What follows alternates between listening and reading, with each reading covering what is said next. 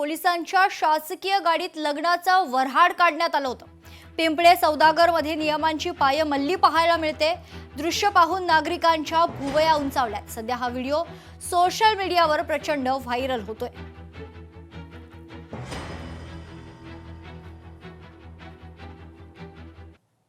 VSR कंपनीच्या विमानात अजितदादांचा अपघात झाला। या अपघाताबद्दल शंका खरतर राष्ट्रवादीचे आमदार अमोल मिटकरी यांनी उपस्थित केली आहे। VSR कंपनीने डिसेंबर महिन्यात प्रत्येक पायलटचा 50 कोटींचा विमा उतरवला होता आणि जानेवारी महिन्यात दुर्दैवी घटना घडली। यावर देखील मिटकरींनी शंका उपस्थित केली आहे। पायलटला हिप्नोटाइज केलं गेलं होतं का? ज्याप्रमाणे लिट्टेने मानवी बॉम्ब बनला होता, अजमल कसाबला हिप्नोटाइज करून पाठवण्यात आलं होतं। असंच VSR कंपनीच्या पायलटला 50 कोटींच्या विम्याचं आमिष दिलं गेलं होतं का, असे प्रश्न मिटकरी यांनी उपस्थित केलेत। दरम्यान यावरून काही राजकीय प्रतिक्रिया देखील आल्या आहेत, पाहूयात। आम्हाला त्या अपघाताच्या बद्दल वेगवेगळ्या शंका आहेत। तो घातपात आहे का यावर आम्ही ठाम आहोत। त्याचे पुरावे तसे समोर आले पाहिजे। VSR कंपनीच्या संदर्भामध्ये एक माहिती अशी पण येते आहे की त्यांनी त्यांच्या कंपनीत जितके पायलट आहेत त्या प्रत्येकाचा 50 कोटी रुपयाचा विमा डिसेंबर 2025 मध्ये उतरवला होता आणि जानेवारी महिन्याच्या 28 तारखेला अशी दुर्घटना घडली।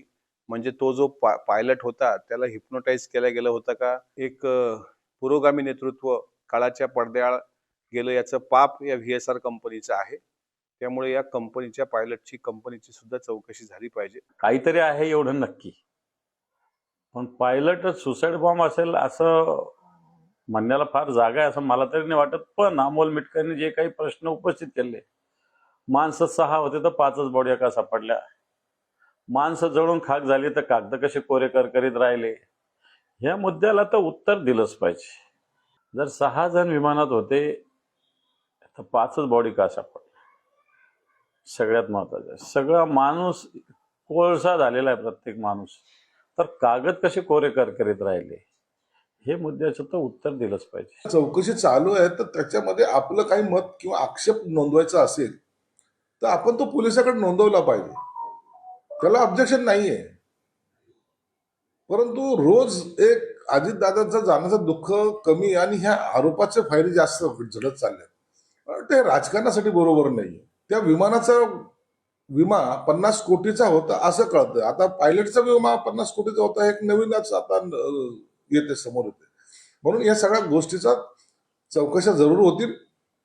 CID चौकशी करते, आणखीन कोणती एजन्सी चौकशी करत असेल, परंतु आता याच्यासाठी थोडा अवधी लागेल। त्या अवधीनंतरच या सगळ्या गोष्टीचं स्पष्टीकरण होईल। प्रत्येक जणाच्या मनात आहे त्याच्यावर राजकारण कुणीही करत नाही असं मला वाटतंय।